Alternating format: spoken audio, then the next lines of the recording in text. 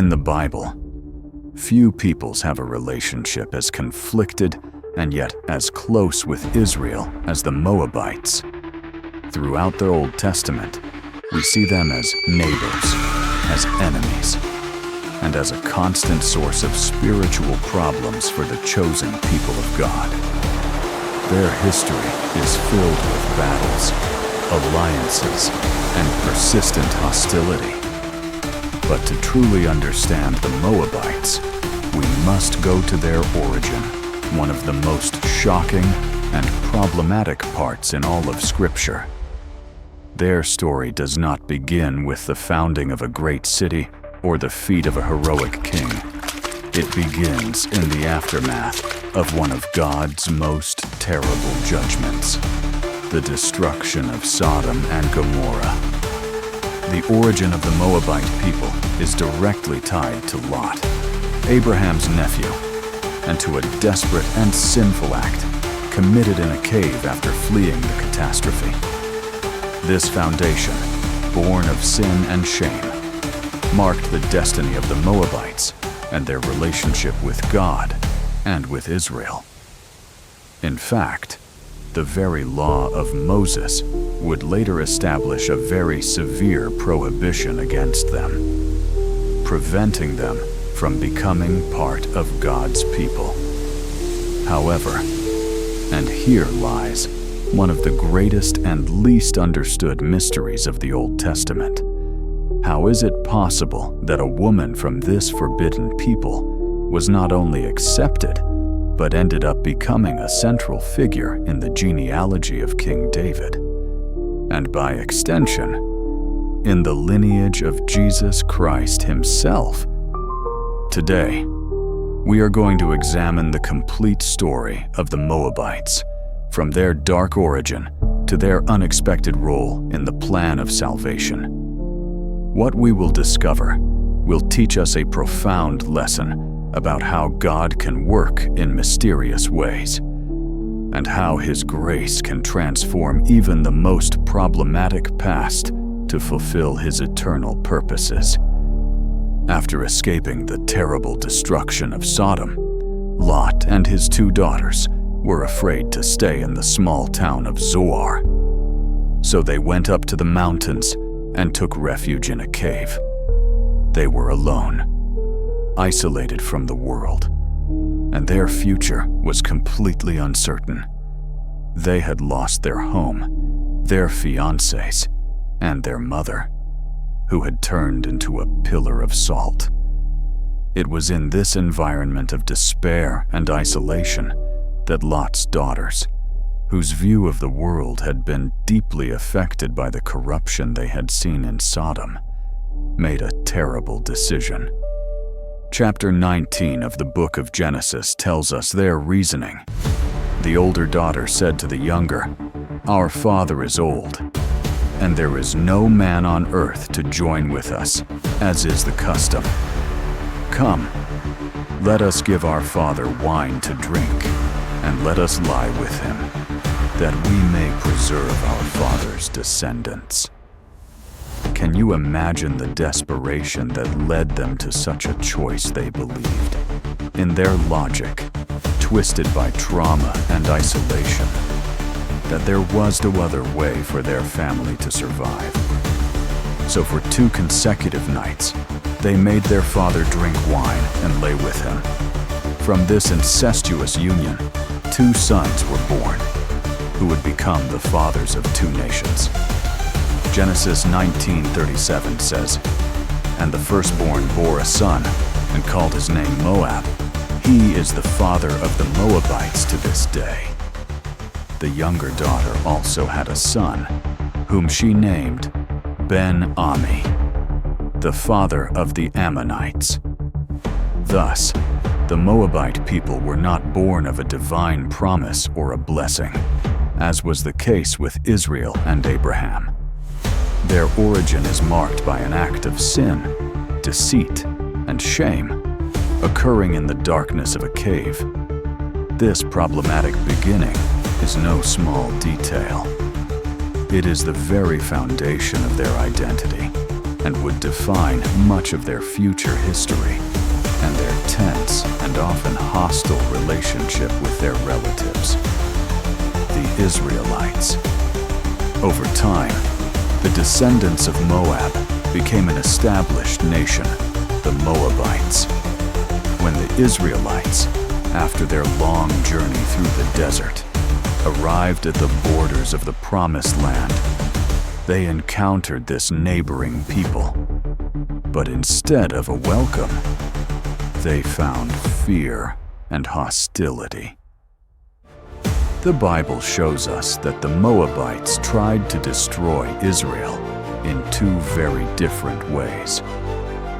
First with spiritual attacks, and then with moral seduction. The first strategy is found in the book of Numbers, chapters 22-24. Balak, the king of Moab, upon seeing the immense people of Israel camped on his borders, was filled with absolute terror. Instead of confronting them in a direct military battle, he decided to use a weapon he considered more powerful, a curse. To do so, he hired the services of a famous seer of the time, a man named Balaam, promising him great riches if he would come and curse the people of Israel. Balaam tried to fulfill the task, but he encountered a problem the God of Israel. In one of the strangest stories in the Bible, the donkey Balaam was riding even spoke to warn him that an angel of God was blocking his path. This shows us God's total control over the situation.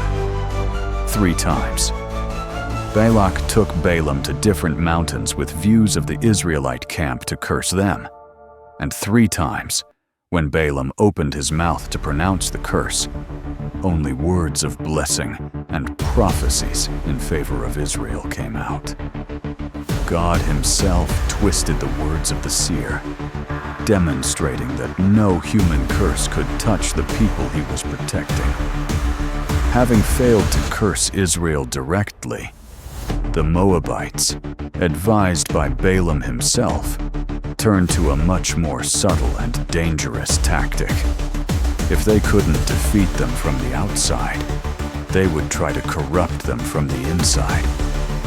Numbers 25 tells us the tragic story of Baal Peor. The text says that the men of Israel began to involve themselves with the Moabite women. These women invited them to the sacrifices of their gods. And the Israelites not only accepted, but ate from the offerings and bowed to worship their god, Baal Peor. They fell into the trap of idolatry and immorality. God's reaction was immediate and terrible.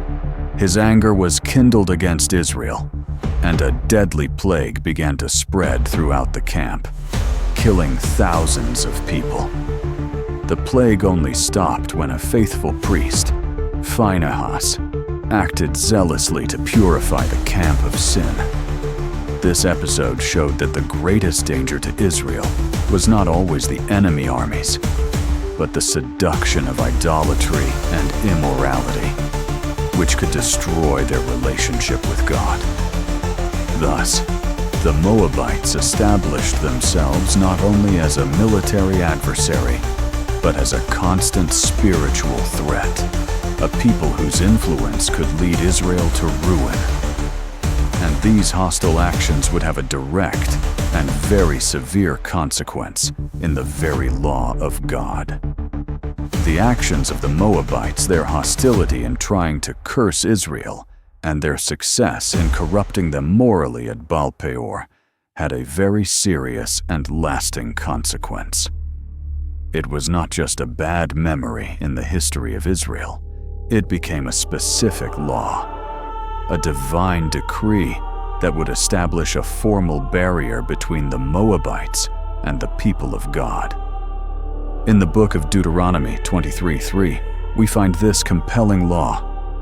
God, through Moses, commands, An Ammonite or a Moabite shall not enter into the congregation of the Lord. Even to their 10th generation shall they not enter into the congregation of the Lord forever. This is an incredibly strong prohibition.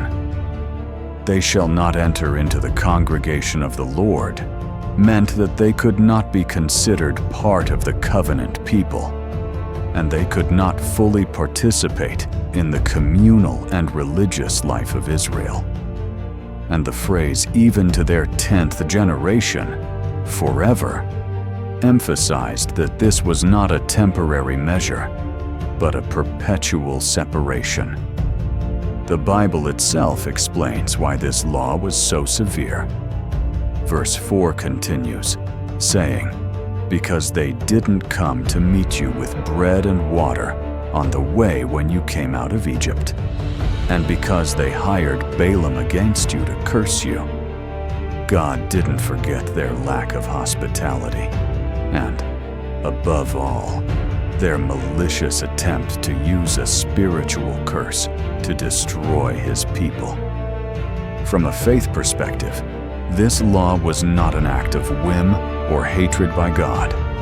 It was, first of all, a direct consequence of Moab's hostile actions, and secondly, it was a protective measure for Israel. God was setting a clear boundary to protect the spiritual purity and integrity of His people, keeping them away from the idolatrous and corrupting influence of their neighbors.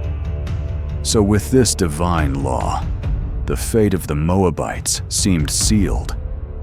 They were marked by their shameful origin, by their hostility, and now by a law that excluded them forever from the covenant community. The door to heaven seemed to have been closed for them. It seemed like a closed case, a final separation decreed by the very hand of God.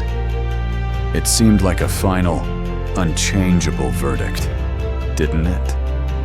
But as we will see, God's plan is always bigger, more mysterious, and much more merciful than any law could suggest by itself. Because it is right in the middle of this story of rejection and separation, where God was going to plant the seed of one of the most beautiful redemption stories in all of the Bible. For centuries, the law in Deuteronomy seemed to be the final word on the Moabites, a closed door, an eternal separation. But God's plan is much deeper than our literal interpretations of the law. And to prove this, in one of the darkest and most chaotic periods of Israel's history, the time of the Judges. He tells us a story that seems to come from another world, a story of love, loyalty, and redemption. It is the story of Ruth, the Moabite.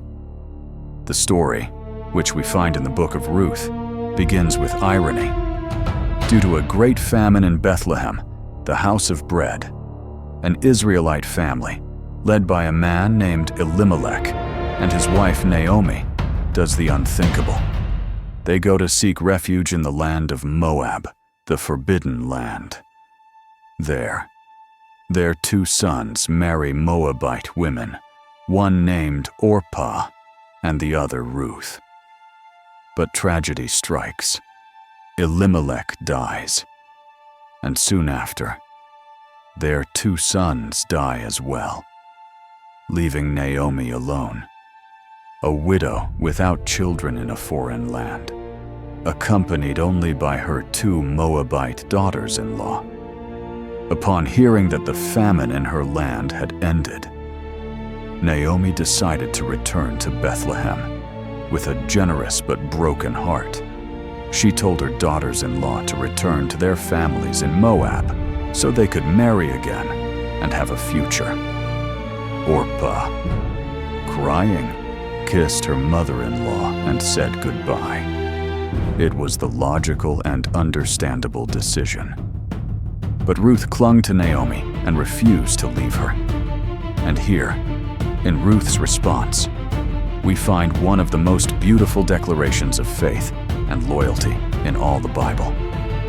She says to Naomi, and we read this in Ruth 1:16 and 17, "Do not urge me to leave you or to turn back from following you. For wherever you go, I will go, and wherever you live, I will live. Your people shall be my people, and your God, my God. Where you die, I will die, and there will I be buried. May the Lord do so to me, and more also, if anything but death separates me from you." Let's carefully analyze these words. This is much more than the affection of a daughter-in-law for her mother-in-law. Ruth the Moabite is making a covenant. She is renouncing her land, her people, and most importantly, her gods, such as Chemosh, to embrace the people of Israel, and above all, to accept the one true God, Yahweh, as her God. It is a total conversion, an act of faith that springs from a heart transformed by the love and testimony she saw in her Israelite family. With this decision, Ruth, the foreigner from the forbidden people, voluntarily chose to join the people of the covenant, not by her bloodline, but by a decision of faith in her heart. And so, the two widows, Naomi, the Israelite woman embittered by life, and Ruth, the Moabite woman filled with new faith, set out together on the road back to Bethlehem. They didn't know what awaited them, but Ruth's act of loyalty had set in motion a divine plan that would break all barriers and change the history of salvation forever. Ruth's arrival in Bethlehem with Naomi raises a very important question. If the law of God in Deuteronomy was so clear in prohibiting the Moabites from entering the congregation of Israel, how is it possible that this story not only happens, but is celebrated in the Bible? The answer to this paradox is one of the most beautiful lessons about the heart of God, the mystery of grace. The law of Deuteronomy was a wall of protection for Israel, a consequence of the hostility and corruption of the Moabite nation as a whole. But it was not necessarily an inescapable genetic curse for every individual. What God looks at above all is the heart, and Ruth's heart had changed. Her declaration of faith, saying, "Your people will be my people, and your God, my God," was an act of genuine conversion. She ceased to be a Moabite in the spiritual sense and joined the people of the covenant through her personal faith. When they arrived in Bethlehem, her virtuous character and loyalty to Naomi caught the attention of a good and respected man named Boaz, who turned out to be a close relative of Naomi's family. In the Israelite law, there was a very special figure called the kinsman redeemer, a relative who had the sacred duty to care for and protect his relatives who were in trouble, such as redeeming their land or marrying a widow to preserve the family name. Boaz saw Ruth's faith and virtue and decided to act as her redeemer. He married her, thus restoring the honor and future of Naomi and of Ruth herself. This act of redemption brought Ruth the foreigner to be a full and blessed part of the community of Israel. From the perspective of our faith, this story is much more than a beautiful romance. Ruth is what we call a type or a foreshadowing of the church. She, being a Gentile, a non-Jew, represents all the nations of the world who were not part of the original covenant with Israel. And Boaz, the Redeemer, acts as a figure of Christ, just as Boaz redeemed Ruth and made her his wife. Christ, our Redeemer, rescues us, the church, made up of people from all nations, and makes us his bride, including us in the family of God, not by our merits or our origin, but by pure grace through our faith in him. And so, we have completed our journey through the hidden history of the Moabites. We began in the darkness of a cave with a nation born of shame and despair. We saw how they grew as a proud and hostile people, a neighbor that tried to curse and corrupt Israel. We remembered the severe law of God that seemed to put an eternal barrier between them and the people of the covenant. The fate of Moab seemed sealed by their origin and actions. But then, in the midst of the darkness, God ignited a light of hope in the most unexpected place, the heart of a Moabite woman named Ruth. Her unwavering faith, her loyalty, and her decision to embrace the God of Israel changed everything. The story of Ruth teaches us the most important lesson in all of the Bible. God's grace is infinitely more powerful than our past, our laws, and our curses.